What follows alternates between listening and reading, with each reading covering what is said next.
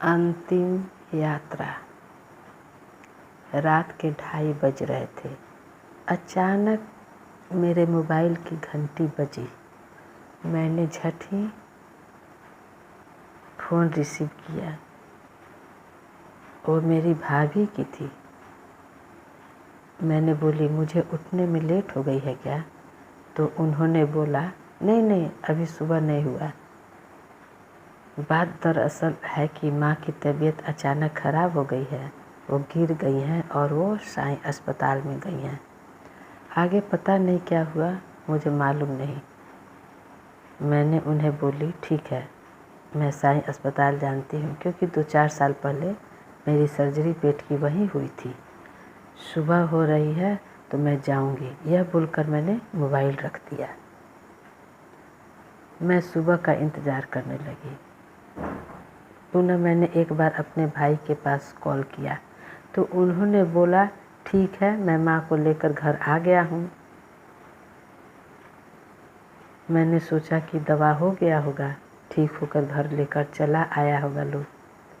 पुनः भाई ने कॉल किया, कोई हड़बड़ाना नहीं है, कोई घबराना नहीं है, आराम से आना है।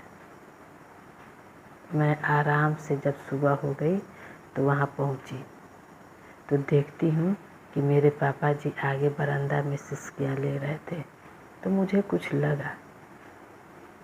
जैसे ही मैंने घर में प्रवेश की तो देखती हूँ कि मम्मी मेरी ज़मीन पर लेटी हुई थी। मेरा दिमाग एकदम शॉक्ट कर गया, ये क्या हुआ? फिर कुछ देर मैं देखती रही, यही सोची, न कोई चेहरे पर सिकन, न कोई टेंशन, न कोई घबराहट, न कोई झंझनाहट। मुस्कुराते हुए आराम से चैन भरी, सुकून भरी नींदें ले रही थी। और मैं तकरीबन आधे घंटे से उन्हें देखती रही। फिर क्या था, मैं उनका हार्ट बीट देखने लगी, किंतु कुछ नहीं, शरीर बिल्कुल ठंडा हो चुका था। अचानक मैं चिल्ला चिल्ला कर रोने लगी। मुझे ऐसा महसूस हुआ कि वो अब नहीं रही। न तो वो सुन रही थी, न वो देख रही थी।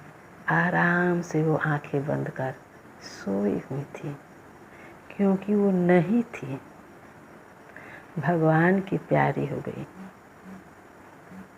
मैं वहीं बैठी रही, देखती रही उन्हें। उनकी सारी हरकतें हम सभी के बचपन से लेकर अभी तक की तस्वीरें दिमाग में घूमने लगी। एक समय था, कैसे वो इतने परिवार को लेकर मैनेज कर चलाया करती थी। मम्मी मेरी पूजा पाठ भी किया करती थी।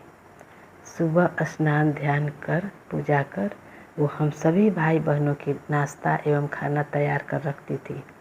सारा बाहर भीतर का काम वह स्वयं ही किया करती थी। पापा जी तो मेरे कुछ भी नहीं जानते थे। सारा परिवार का दायित्व अपने ऊपर ले रखा था। ऐसा था कि दरवाजे पर कोई भी आ जाए तो रात हो या दिन, कभी वो यहाँ से भूखा नहीं जाता था। जैसा भी थी वो, उसी में अपने पूरे परिवार को प्यार से बांध कर चलाया करती थी। अपने लिए तो उन्होंने कुछ भी नहीं किया, किंतु पूरे परिवार के लिए अपना पूरा जीवन न्यौछावर कर दिया। अपने जीवन में कष्ट तो उन्होंने बहुत सहा, किंतु वो कभी सो नहीं किया। कष्ट परेशानियों को वे स्वयं ही अपने ही झेला करती थी। अपने बच्चों के भविष्य के लिए उन्होंने बहुत कुछ त्याग किया, बहुत कुछ धर्म कर्म भी किया। उनमें खासियत यही थी कि वो किसी की तुलना कभी नहीं करती थी। वो अपनी सारी परेशानियों को हंसते हुए, मुस्कुराते हुए स्वयं ही दूर कर लिया करती थी। आज वही मेरी मम्मी आराम से ज़मीन पर लेटी हुई थी। कुछ देर बाद सारा कार्यक्रम शुरू हुआ। लाल चुंदरी में लिपटी गई वो।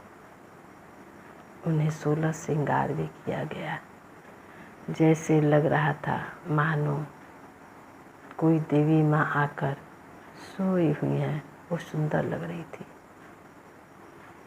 घबराहट तो बहुत हो रही थी, किंतु मैं ईश्वर से यही प्रार्थना कर रही थी कि हे ईश्वर, मेरे पूरे परिवार एवं हम सभी भाई बहनों को इस दुख घड़ी को झेलने के लिए शक्ति दें।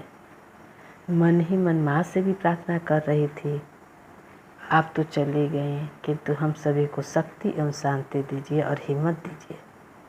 जब सभी ने मम्मी को भगवान श्री राम का नाम लेते हुए कंधे पर उठाया, तो हम सभी जो हिम्मत बांधकर खड़े थे, एकाएक हिम्मतें टूट पड़ी और ज़ोर ज़ोर से रोने लगे। सभी की आँखों से अश्रुधारा बहने लगी, सभी की आंखें नम हो गई। मैं देखती रही एक क्षण के लिए। मैं यही सोच रही थी कि एक समय था मम्मी चुंदरी पहनकर डोली चढ़ यही 16 श्रृंगार कर आई थी। वो आज पुनः चुंदरी में लिपटी 16 श्रृंगार कर हम सभी को छोड़कर सुकून भरी शांति से इस संसार को छोड़कर, इस धरती को छोड़कर जा रही है, वहाँ जहाँ से वो कभी लौट कर नहीं आएंगी।